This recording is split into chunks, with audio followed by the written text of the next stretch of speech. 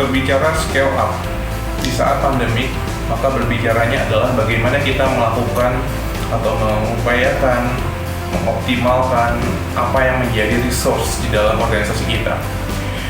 Bicara scale up, tentu tidak bisa juga terlepas dari bagaimana kita menghilangkan hambatan-hambatan di dalam organisasi. Dalam sesi kali ini, kita akan membahas ada 8 pemborosan yang ada di dalam sebuah organisasi. Maka kita akan berbicara bagaimana organisasi kita lebih lean, lebih ramping, dan juga lebih efektif. Yuk kita mengenal 8 pemborosan tersebut. Pemborosan pertama adalah defect. Pemborosan ini sering terjadi ketika proses kita gagal proses. Ketika proses kita tidak memberikan kualitas sesuai dengan spek yang diharapkan. Defect sering terjadi ketika kita belum siap baik dari proses maupun dari manpower yang mempunyai atau yang mengendalikan mesin tersebut. Yang berikutnya adalah overproduction.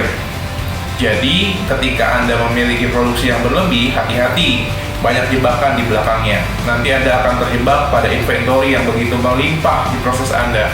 Anda akan terjebak dengan inspeksi yang berlebihan untuk bisa memeriksa WIP yang ada tersebut. Dan yang pasti, lahan Anda akan lebih banyak tergerus dengan banyaknya WIP yang ada di dalam jalur produksi Anda.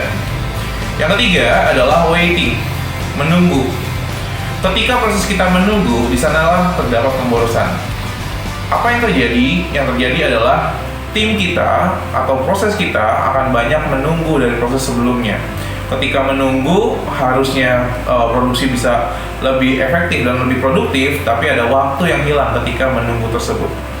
Yang keempat adalah non-utilized talent. Untuk rekan-rekannya di SDM, untuk rekan-rekan di human capital, perhatikan hal ini.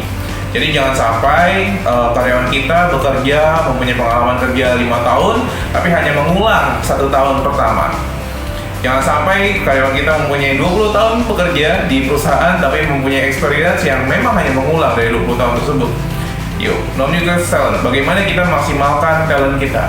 Bagaimana kita maksimalkan tim kita? Yang kelima adalah transportation. Perhatikan transportasinya. Transportasi di sini bukan hanya transportasi ke klien kita, tapi transportasi antar proses. Apakah membutuhkan handling yang begitu banyak? Apakah memerlukan banyak sekali resource untuk bisa memindahkan dari produk A ke proses B, dari proses C ke proses D? Perhatikan transportasinya. Yang berikutnya adalah inventory. Seperti yang disampaikan tadi di overproduction, inventory di sini perhatikan di dalam jalur produksi kita. Apakah produksi kita saat ini masih banyak sekali inventory atau work in process? Jadi bukan barang jadi, tetapi barang yang masih setengah jadi yang ada di area kita. Sehingga lahan kita, sehingga area kita penuh sesak dengan barang-barang yang setengah jadi. Yang berikutnya adalah motion. Bicara motion, bicaranya gerak. Apa sih bedanya antara transportation dengan motion? Kalau transportation bicaranya berpindah tempat, kalau motion tetap di tempatnya tapi tidak ergonomis. Misalkan Anda menaruh tools yang letaknya jauh lebih tinggi dari tinggi Anda. Anda harus gigit atau Anda harus memerlukan alat bantu. Nah, itu hati-hati. Motion di sini adalah bagaimana gerak Anda tidak efektif dan tidak efisien, sehingga Anda harus memaksakan badan Anda atau anggota tubuh Anda untuk menjangkau hal tersebut. Yang terakhir adalah extra process atau excess processing. Proses yang berlebih, proses yang mengulang. Nah, proses yang mengulang ini yang sering terjadi jebakan-jebakan di dalam organisasi kita.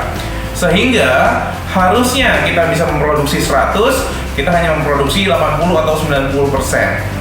Itu terjadi karena apa? Karena proses kita mengulang beberapa proses sebelumnya. Yuk, rekan-rekan, sebelum Anda memikirkan scale up, pastikan pemborosan ini di perusahaan Anda tidak ada. Pastikan pemborosan ini yang ada di organisasi Anda saat ini bisa ditekan. Dan pastikan lebih lean, lebih ramping, dan lebih efektif.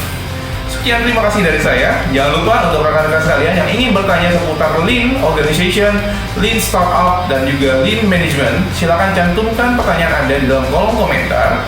berikan juga share untuk rekan-rekan yang lain. Semoga manfaatnya lebih banyak lagi. Dan jangan lupa untuk rekan-rekan sekalian untuk subscribe channel ini dan bunyikan loncengnya untuk mendapatkan update terus seputar materi continuous improvement, Kaizen, dan juga manajemen inovasi. Sekian, terima kasih dari saya Aditya Nugraha, founder Continuous Improvement Academy.